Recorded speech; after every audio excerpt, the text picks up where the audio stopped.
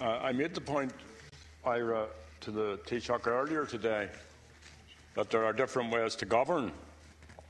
And one way is to build a citizen-centred, rights-based society with equality, the right to public services and meaningful jobs with decent pay, terms and conditions.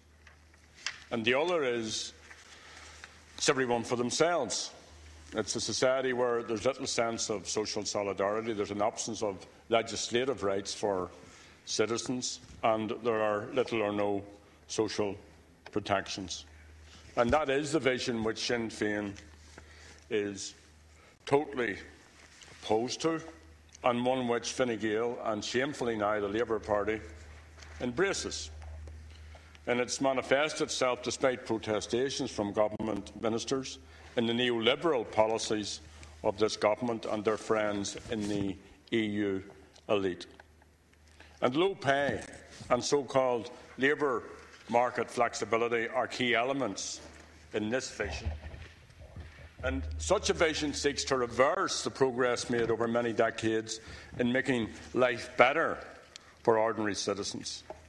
It seeks to stop parliamentarians, parliaments, governments from acting first and foremost in the best interests of the people.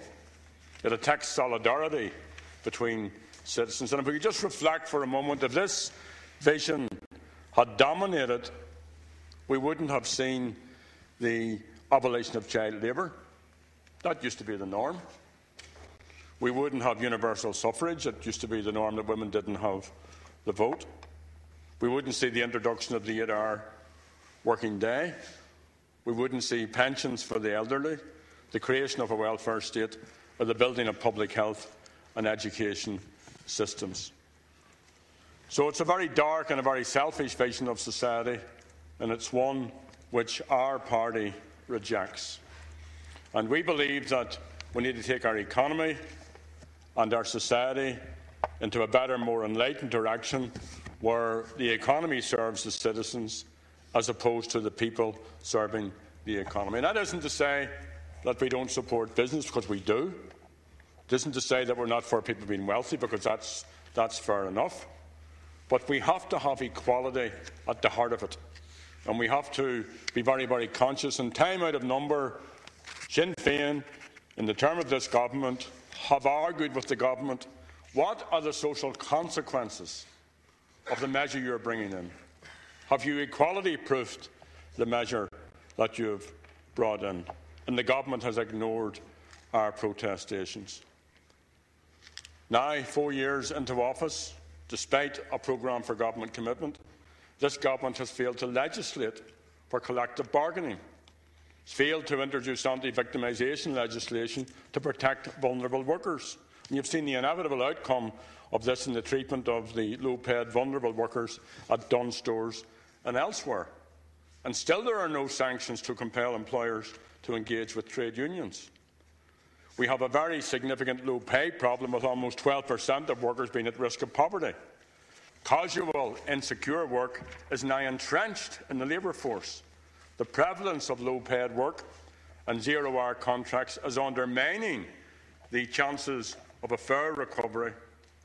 And remember this, Minister, if there's no fair recovery, then there is no recovery.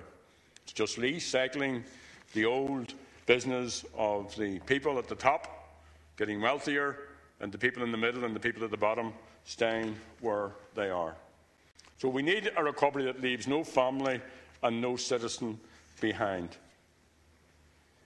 All of this actually is bad economics for the state and for society, because it imposes an additional expenditure burden on the state and impacts negatively on tax revenue. And the delay in completing the government's report on zero-hour contracts shows the lack of importance that the government attaches to this issue. So that's why many people are asking, and I ask it as well, what is the point of the Labour Party in government? If the Labour Party cannot defend the most fundamental of workers' rights, what is it doing in government? Sinn Féin's bill seeks to introduce an immediate ban on zero-hour contracts. It allows workers some sense of security. It demands the government set a date for the introduction of collective bargaining legislation before the summer recess. It provides for trade union recognition and would compel employers to engage with trade unions. And also it has robust anti-victimisation clauses to protect workers. So fundamentally this is about common decency and fairness for Irish workers. Okay.